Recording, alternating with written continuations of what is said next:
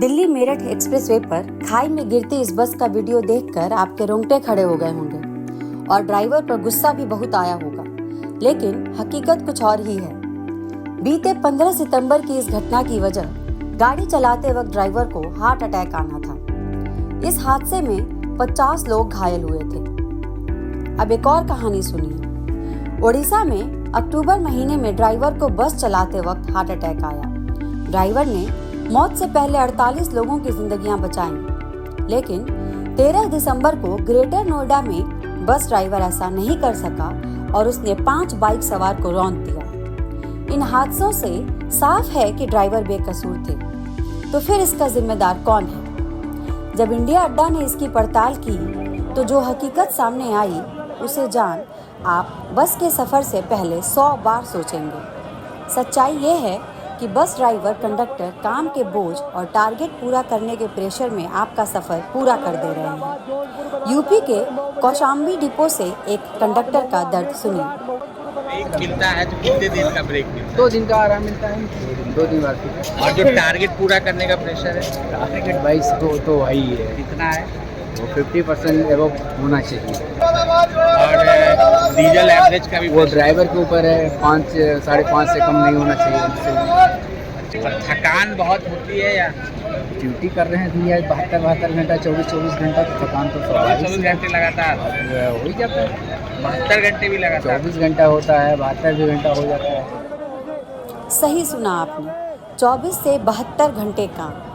लेकिन ये तो हुए कैमरे पर बात।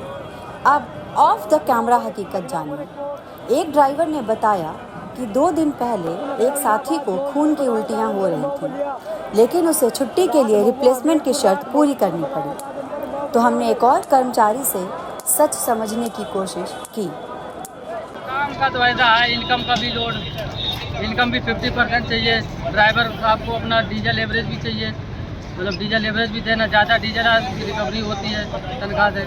हमारी कम इनकम आ रही है तो हमारे भी तनख्वाह से पैसे काटे जाते हैं। मतलब आपकी इनकम पे ही आपकी सैलरी हाँ। डिसाइड है। हफ्ते में कितने दिन की छुट्टी मिलती है? कोई छुट्टी नहीं। अब ये क्या, हमारा डेली को जाओ, डेली कमाओ। नरेगा वाला सिस्टम है, जितना कर लोगे उतना तुम्हारा है, नहीं जाओगे तो नहीं मिलेगा। बीच बीच में कोई आपकी ड्राइविंग की ट्रेनिंग भेजा जाता कानपुर। जैसे नई गाड़ी आती ना, उनकी ट्रेनिंग चालक को भेजा जाता कानपुर। यूपी रोडवेज के ज़्यादातर रोडवेज ड्राइवर और कंडक्टर संविदा पर हैं और उनकी सैलरी किलोमीटर के हिसाब से तय होती है। इसलिए ज़्यादा कमाई का जरिया ओवर टाइम ही है। और आप कहाँ से कहाँ तक की गाड़ी चलाते हैं? हम नेपाल महेंद्र नगर से दिल्ली आनंद विहार। तो डेली आप कितने घंटे काम करते हैं? डेली नहीं होता है, ऐसे होता है जैसे आज वहाँ से नंबर है गाड़ी का, तो सवेरे आते हैं, दिन भर वहाँ हो गया, फिर शाम को वहाँ से हम चलेंगे रात भर, सवेरे यहाँ पहुँचेंगे। 12-14 घंटे का आप हाँ। डेली का मतलब गाड़ी चलाने के लिए कोई आई टेस्ट, आँख का जांच वगैरह होता है? आप ये हमारे नेपाल में होता है, अभी इंडिया में में कोई आपको मतलब ट्रेनिंग मिलती है ड्राइविंग के लिए? एक ही बार लाइसेंस निकालते, बीच में कोई नहीं। On camera Noida bus stand पर तो राम राज्य दिखा। ड्राइवर्स के अनुसार सब नियमों का पालन है। आंखों की टेस्टिंग से लेकर आराम तक के लिए पूरी व्यवस्था है। ड्राइव करते हैं रोज हफ्ते में आपको छुट्टी मिलती है कितने दिन? कर ले छुट्टी, संडे कर ले। मतलब महीने की 4 और जब आप कितनी दूरी चलाते हो, जो कितनी दूरी तक बस लेके जाते हैं? 250-300 किलोमीटर चल जाओ। हर रोज। और बीपी शुगर की कोई दिक्कत नहीं हो सब सही है। और कितने घंटे की ड्राइविंग होती है? 8 घंटे की ड्यूटी है। कभी ऐसा होता है कि 8 घंटे से ज़्यादा कभी पड़ जाती है? हाँ, कभी घंटे आधे घंटे ऊपर नीचे होता था, कभी 4 घंटे भी खड़ी हो जाती। दिन में भी किसी को थकावट हो तो यहाँ चालक विश्राम गृह इधर बने हुए आराम कर सकते हैं। हमारी अगली पड़ताल दिल्ली की थी। मयूर विहार डिपो पर ऑफ द रिकॉर्ड बातचीत में जो पता चला वो दूसरी जगहों जैसा ही था। सरकार परमानेंट बस चालकों की भर्ती नहीं कर रही है। पिछली भर्ती साल 2010 में हुई थी।